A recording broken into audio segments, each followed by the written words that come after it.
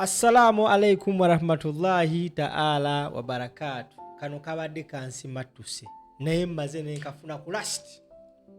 Tambuza video. Omuyimbi Bebe Cool babadde bamugajambulidde embaale. Video ne kutusiwako banaffe aba Momon Construction Company bakafulu oba bakakensa mu kuzimba amayumba. Bakuba pulaani basobola okuzimbira ennyumba from scratch mpaka ngewedde. Kati tambuza video. Omukulu amanyikibwa nga Bebe Cool aina akalingo ke akabadike ke yateekateeka n'omukulu amanyikibwa nga Alien Skin. Bayina ekintu kye batambuza bakita the unstoppable. Of course fena tukimanyi kana akabadi just purposely ka kulya sente tebene kye bagenda kukola kyanjawulo.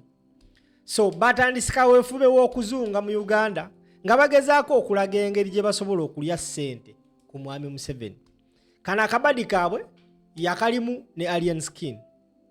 Wabula mu bifo bye babadde balina osookera mu ggwe ssebo bannya bandaba kwabaddeko Mbaale. Baaliko ejjinja then olwava ejjinja nga balina kudda Mbaale. Era Alien Skin yakoma jjinja, Embaale teyatuuka. Ensonga lwaki teyatuuka Mbaale fena tugimanyi.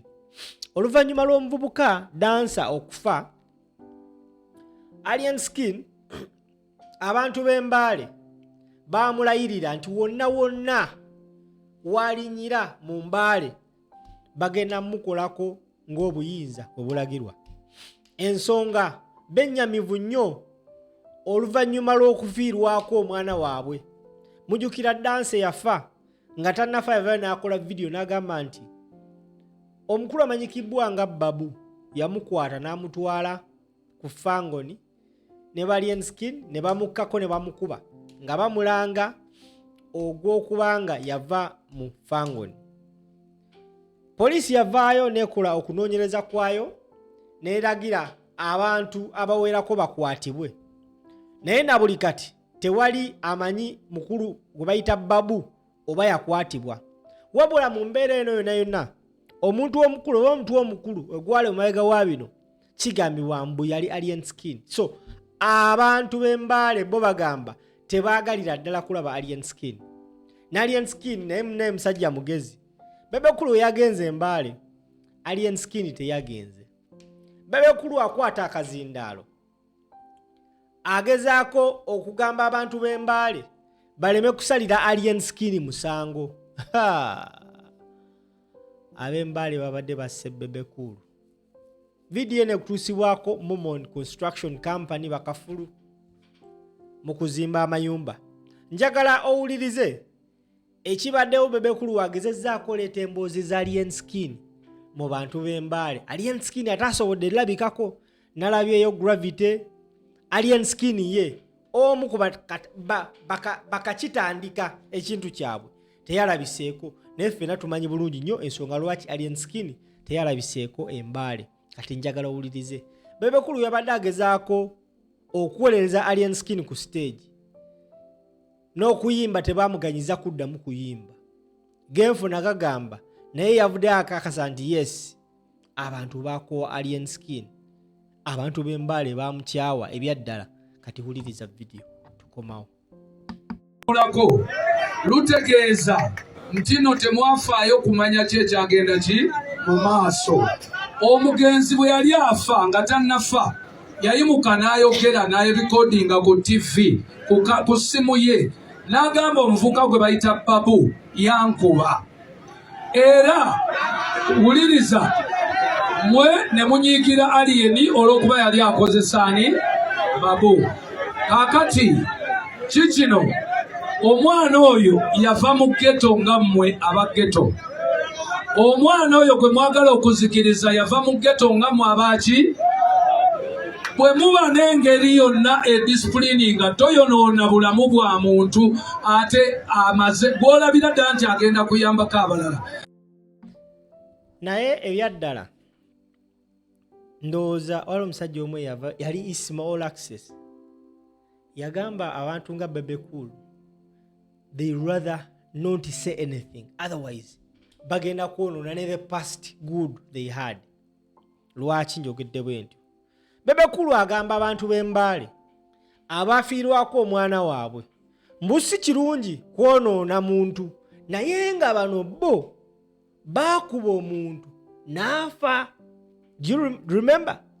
Baakuba omuntu n'afa. Naye mu bigambo bya Bebe Cool ye alinganga alaga nti oli omwana eyafa ye teyalina mugaso, nti alien skin yasinga okuba n'omugaso. That is taking someone's life, okulaba nga just bulinganga kasasiro ng'olina gwolaba alina okuba n'obulamu. Abadde bino abyogerera mu bantu b'Embale, ndowooza owulidde response yaabwe. Njagala nkudiremu ka clip kano one more time nga tukatambulako kigambo ku kigambo. Byebire ebigambo bya Bebe Cool byayogedde. Lutegeeza nti no temwafaayo kumanya ki ekyagenda ki mu maaso. Omugenzi bwe yali afa nga tannafa yayimuka n'ayogera n'ayerekodinga ku TV ku ssimu ye n'agamba omuvuka gwe bayita Babu yankuba. Omugenzi bwe yali nga tannafa yalikodinga n'agamba omuvuka gwe bayita Babu. In fact, Bebe Cool can correcting.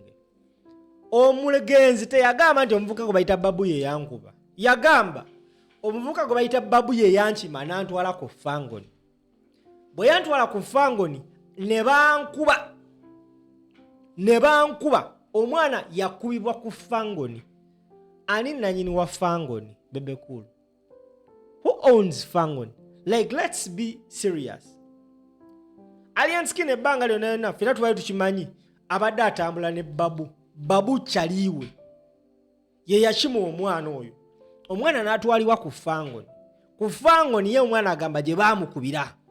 So Bebe Cool agezaako okulaba nga awolereza alien skin, naye abantu b'Embale balagira ddala nti mu butuufu tebayina bigambo biwooma byonna whatsoever eri omuvubuka gwe bayita alien skin. Katumaleyo ka clip kanene. Era wuliriza mwe ne munyiikira alien olw'okuba yali akozesaani Babu. Babu aba nga yakwata omwana oyo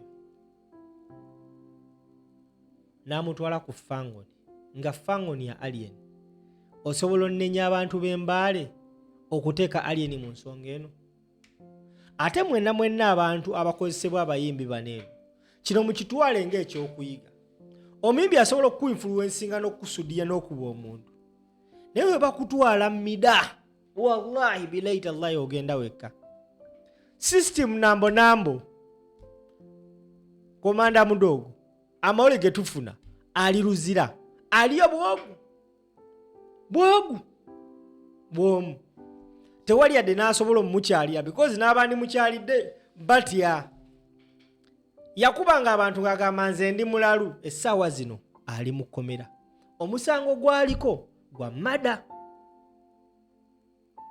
naye kisinga okwewunyisa gwe bayita Babu na buli kati tannabalabikako, kyokka nga kyaliwo alien ali abutaala.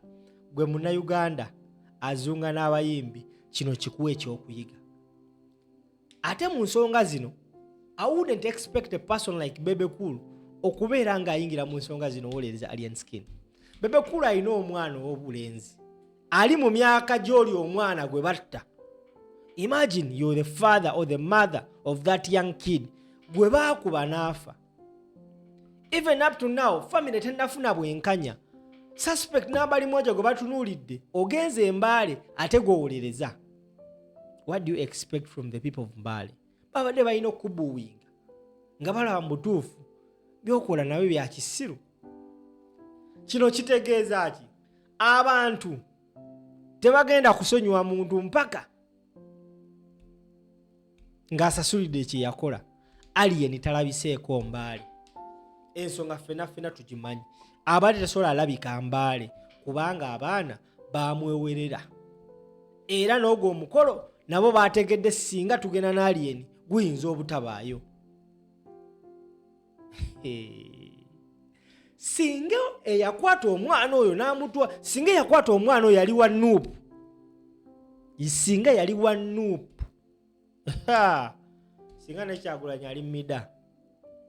Naye Babu akolera alien yatwala omwana alien ne bimutuulamu ne batandika okusalawo mukozesa kati alien agenda kukola buli kimu ekyabana abasajja nga bagenda mukozesa nga kalogoyi bagenda ate baamukangamu ne bamukabba agenda kakasa system nambo sasa litompeti tambuza video naye nga nyongera okutegeeza nti bannaffe ba Momon Construction Company Limited bakakensa mu kuzimba amayumba beekwate beesige ate beesigwa bakuzimbira ennyumba from scratch oyagala nnyumba oyina akasenteko just bakubire ku simu ezo otule butuuze eri batandike okuba nga bakuzimbira ennyumba kasitoba n'ettaka bo bakwase construction mu bbanga nga liiryo ennyumba ey'ekirooto kyo bagenda bagikutuusizzaako